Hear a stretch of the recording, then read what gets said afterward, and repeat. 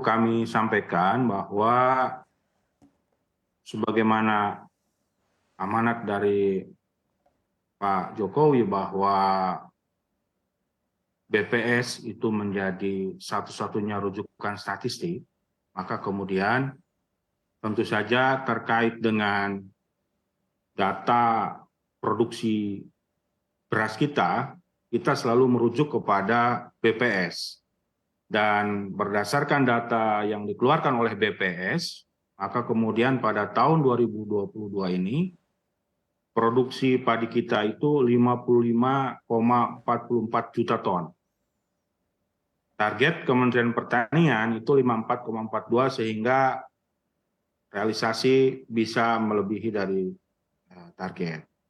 Nah, terus kemudian juga berbicara tentang surplus, ya Mbak Sinta, jadi kita melihat terkait dengan bagaimana produksi kita, kemudian juga bagaimana konsumsi beras kita. Nah, di tahun 2002 ini, bahwa produksi beras kita itu 31,94, kemudian konsumsinya 30,26. Nah, sehingga antara produksi dengan konsumsi ini ada surplus, seperti itu.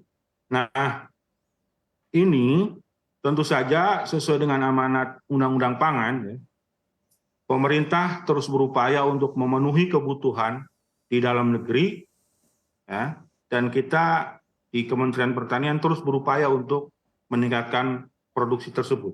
Sehingga alhamdulillah di tahun 2022 ini surplus. Seperti itu Mbak Sinta. Baik, Pak Rahmat, tadi Anda menyampaikan bahwa jika kita berbicara mengenai surplus ya Pak, untuk di tahun 2022 ini produksinya di 31,94 dan juga untuk konsumsinya berada di 30,26. Itu artinya surplus. Jika Bapak tadi menyampaikan bahwa memang kita surplus, lalu mengapa Pak sebetulnya kita harus impor? Ya Pak Rahmat. Jadi ya siap Mbak Sinta, begini. Jadi posisinya kami ini di Kementerian Pertanian pada tataran produksi. Jadi kami terus melakukan produksi di setiap bulannya kami terus meningkatkan produksi padi kita. Nah, kemudian juga kita selalu merujuk kepada data BPS terkait dengan data-data ini. Nah, perlu diperhatikan bahwa terkait dengan ketersediaan beras kita di daerah, itu juga kita beberapa waktu yang lalu juga turun ke lapangan, itu memang kondisinya cukup kan begitu, sehingga terkait dengan kebijakan importasi dan lain sebagainya itu adalah berada pada ranah terkait dengan persoalan stok cadangan pangan pemerintah yang ada di Bulog, seperti itu. Sehingga yang sementara yang kami sampaikan di sini adalah terkait dengan stok pangan yang ada di nasional, seperti itu. Seperti itu Mbak Sinta. Baik, terima kasih Pak Rahmat. Lalu saya ingin ke Pak Kudori. Pak Kudori, Menteri Pertanian Syahrul Yassin Limpo kan mengklaim ya Pak bahwa sebetulnya produksi padi nasional di tahun 2022 ini melampaui target begitu. Tapi kan kalau kita ketahui bersama Pak, faktanya di tahun lalu gitu Indonesia ini mengimpor beras begitu. Sepertinya ada kegentingan gitu. Artinya stok beras ini memang menipis. Sebetulnya Anda sendiri melihatnya seperti apa Pak? Ya, surplus itu tidak perlu diperdebatkan ya. Surplus itu sesuatu yang real dan itu bukan hanya terjadi di tahun lalu ya. Kalau kita lihat data-data BPS seperti yang disampaikan Pak Rahmat tadi, dan itu sudah menjadi pedoman semua kementerian lembaga ya, setidaknya sejak tahun 2018 sebetulnya kita surplus terus tiap tahun ya. Tapi kalau dilihat nilai atau volume surplusnya itu cenderung menurun ya, cenderung menurun. Saya kutip saja beberapa data. 2018 itu surplusnya 4,37 juta ton. 2019 turun menjadi 2,38. 2020 turun menjadi 2,13. 2021 turun lagi menjadi 1,31. Tahun lalu naik sedikit ya, 1,71.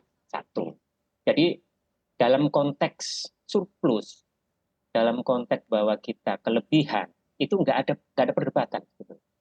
Kementerian, lembaga, apakah Badan Pangan Nasional, apakah Bulog, apakah Kementerian Pertanian, menggunakan data yang sama. Cuman memang intensinya yang berbeda. Seperti yang disampaikan Pak Rahmat tadi, tupoksi Kementerian Pertanian adalah produksi.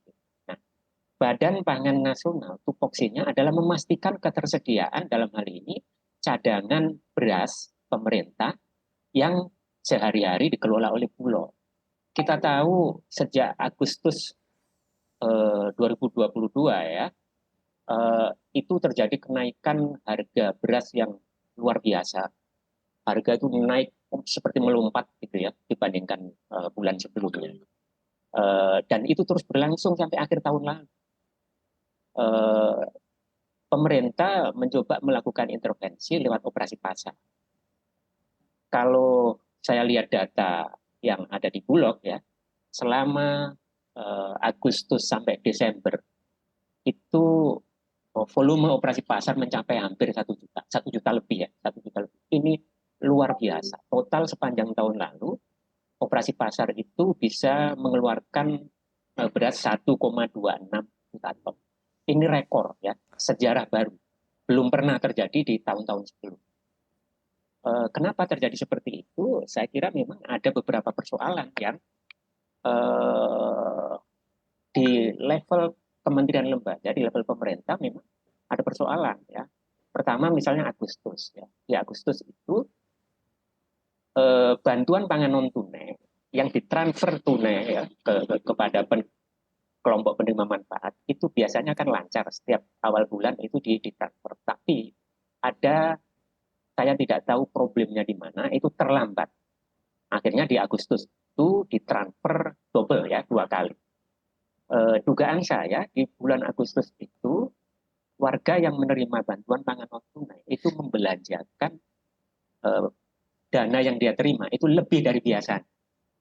Akhirnya apa? Terjadilah tekanan kepada pasar sehingga harga semakin tinggi. Dan itu terlihat betul bukan hanya di beras tapi juga di telur. Harga naik tinggi.